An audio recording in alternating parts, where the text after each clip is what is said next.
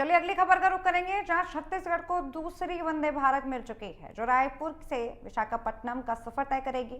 बता दें तकरीबन 5 घंटे का सफर तय करने के लिए यहां पर गंतव्य स्थान पर पहुंचा जाएगा, जहां इंडियन न्यूज की टीम ने भी पहले स्टॉपेज मासूमन तक सफर कर जनता से जाना वंदे भारत के सफर का आनंद।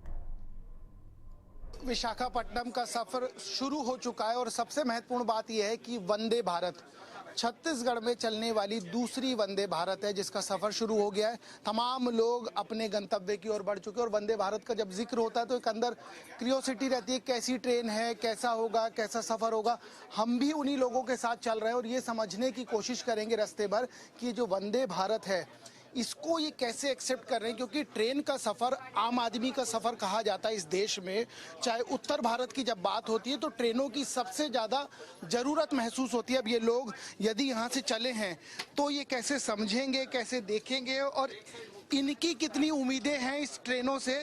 महिला आधी आबादी, पूरे हक की चर्चा इन्हीं से होती है। सबसे पहले इन्हीं से समझ, आप लोग कहाँ तक जा रहे हैं? हम लोग महासमुंद तक जा रहे हैं। उसके बाद वापसी। जी। वंदे भारत का जब जिक्र होता है तो ये कहा जाता है कि आम आदमी की पहुंच से थोड़ा दूर है। आपको क्या लग रहा है? वो तो है जी। आप चीज़ है जो मिडिल क्लास पीपल जो हैं अफोर्ड नहीं कर सकते। मिडिल क्लास जो लो मिडिल क्लास पीपल हैं उन लोग इस वंदे भारत को अफोर्ड नहीं कर सकते। तो थोड़ा मिडिल क्लास जो है उन लोग वो फ्लाइट में जाएगा तो वही तो फ्लाइट में भी जाएगा। इसका जो आनंद है ये अलग है, इसका जो हो एक्सपीरियंस है। देखिए आनंद है, आनंद चाहिए इसलिए जा रहे हैं। बाहर भी नज़ारा देखते रहिए। देखिए लोग देख रहे हैं कि कौन सी ट्रेन चल रही, क्योंकि ये ट्रेन बाहर से थोड़ी भगवामय है। इसका कलर जो है वो भगवामय। कुछ और लोग हैं उनसे भी समझूंगा। कहाँ जा रहे हैं? मैं काटाबंद जा रहा हूँ। कहाँ से बैठे हैं? ये रायपुर से बैठा हूँ। आनंद आ रहा है कि नहीं? बहुत आनंद आ रहा है। ब्रिजमोहन जी जब से अभी सांसद बने हैं, ब्रिजमोहन जी थोड़े न जा रहे हैं आपके साथ, आप अपना बताइए। उनके प्रयास से तो ये गाड़ी चली है भैया। प्रयास से गाड़ी चली है, बने हैं उनके प्रयास से गाड़ी चली है। कुछ और लोग हैं उनसे समझूंगा। ट्रेन वंदे भारत दूसरी मिली है छत्तीसगढ़ को, एक दूसरी दिशा में जाती है। ये विशाखापट्टनम तक जाएगी, वाइजैग। ये बताइए कि आम आदमी के रीच में नजर आती है? ये बहुत खुशी की बात है। हम आंध्रा समाज के लोग हैं, हम लोग के लिए बहुत अच्छा है कि ये आप लोग के लिए बेहतर हो गया है और हमारे बाजू पड़ोस राज्य जो उड़ीसा है उनके लिए भी बहुत सुविधाजनक हो गया है। ये है कि देश में लोगों को आज एक ही दिन में कहीं भी पहुंचने की इच्छा रहती है, वो बहुत अच्छा हो गया। हाँ, इसमें एक और चीज मोदी जी को करना चाहिए और रेल मंत्री जी को करना चाहिए, ये गरीबों के लिए भी करना चाहिए। जो फेयर है इसमें 10 बोगी अगर है, 5 बोगी गरीबों के लिए, जो बेचारे 200-250 में विशाखापट्टनम ओडिशा पहुंच सके। ये अच्छा सुझाव इन्होंने दिया है कि एक आम आदमी जिसको बीपीएल कहा जाता है, उस बीपीएल को जोड़ने की बात कही गई है। और ये देश गरीबों का है, गरीबों के लिए सोचा जाता है। बिल्कुल प्रधानमंत्री जी, सांसद, रेल मंत्री सब सोचते हैं, लेकिन थोड़ा और भी सोचे ताकि हमारा गरीब भाई भी इसमें सफर कर सके। गरीब की पहुंच में होनी चाहिए। यस, गरीबों के लिए पहुंच में होनी चाहिए ज्यादा। ठीक है, हमारी बोगी में ही तैनात हैं शिप्रा घोष जी हैं जो संचालन पूरा देख रही हैं। ये कहां से कहां तक जा रही है, कितनी स्पीड इसकी मैक्सिमम है? ये दुर्ग से विशाखापट्टनम चलती है गाड़ी। आज इनॉग्रेशन के कारण रायपुर से स्टार्ट किया गया है।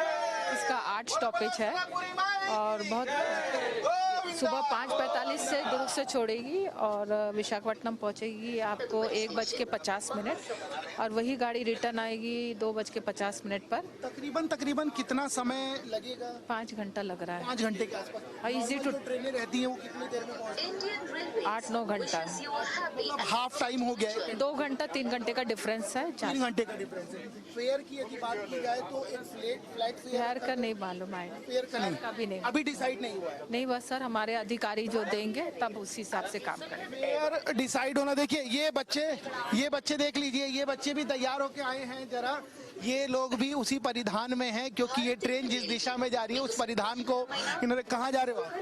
हम लोग महासमुंद जा रहे हैं। सब महासमुंद जा रहे हैं? हाँ, हम भी महासमुंद ही जाएंगे। और सबसे महत्वपूर्ण ये भीड़ देख लीजिए, ये भीड़ ये बताने के लिए काफ़ी है कि इस ट्रेन के बाहर भी बहुत कुछ नया है। जिस तरीके से अंदर इसको दुल्हन की तरह सजाया गया है, बाहर से भी कमोबेश यही दिख रही है। एक दर्द जरूर है कि कुछ बोगियां गरीबों के लिए, जिसको बीपीएल कहा जाता है, उसके लिए यदि जोड़ दी जाए तो ज़्यादा बेहतर नज़र आती है।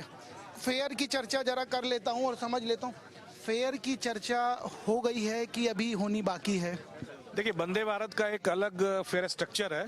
वो फेयर स्ट्रक्चर अभी आया नहीं है क्योंकि इसकी जो कमर्शियल बुकिंग है वो 20 तारीख से स्टार्ट होगी। 20 से स्टार्ट होगी कमर्शियल जो रनिंग है वो 20 से स्टार्ट होगी। तो जैसे ही वो फेयर स्ट्रक्चर आ जाएगा, अमूनन ये जो वंदे भारत का जो पैटर्न है, जैसे अभी हमारे सेक्टर बिलासपुर नागपुर पे चलती है, तो इट इज मोर और लेस ऑन दैट पैटर्न वो रहेगा। मैक्सिमम स्पीड इसकी क्या रहेगी? देखिए, वंदे भारत की जो रेक है वो 160 किलोमीटर पर आवर पर चलने के लिए बिल्कुल फिट है।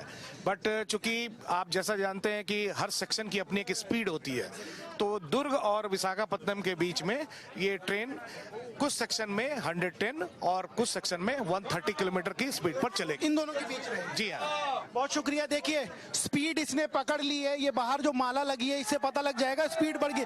100 के आसपास ये स्पीड हो चुकी है। समझ लीजिए, जिस स्पीड की, जिस गति की बात की जा रही है वो तो इसमें मिल रही है, वो इसमें मिल रही है। और सबसे महत्वपूर्ण बात यह है कि जो एक दर्द है, स्क्रीन पर वो डिस्प्ले भी हो रहा है स्पीड। देखिए, ये दिल्ली मेट्रो की याद थोड़ी आ गई। महासमुंद अगला स्टेशन लिखा हुआ आ गया, हम भी वहीं जाएंगे और तमाम लोग वहां जाके उतर जाएंगे। तो एक बात स्पष्ट हो गई है कि एक छोटा सा दर्द है कि जो बीपीएल जिसको कहा जाता है, उसके लिए भी यदि कुछ जोड़ देते तो उसमें बैठ के यहाँ से वो चला जाता। और सबसे महत्वपूर्ण बात ये है कि ये ट्रेन यहाँ से अपने गंतव्य के लिए रवाना हो गई है। हम भी इसी गंतव्य में जाने के लिए तैयार हैं। हम भी महासमुंद तक पहुंच जाएंगे। फिलहाल के लिए इतना ही। इस सफर में क्या कुछ खट्टा मीठा रहेगा, ऐसे ही आपको बतलाते रहेंगे। इस समय सहयोगी जगजीत सिंह और शिवाजी राव के साथ दीपक विश्वकर्मा, इंडिया न्यूज, महासमुंद के रास्ते में।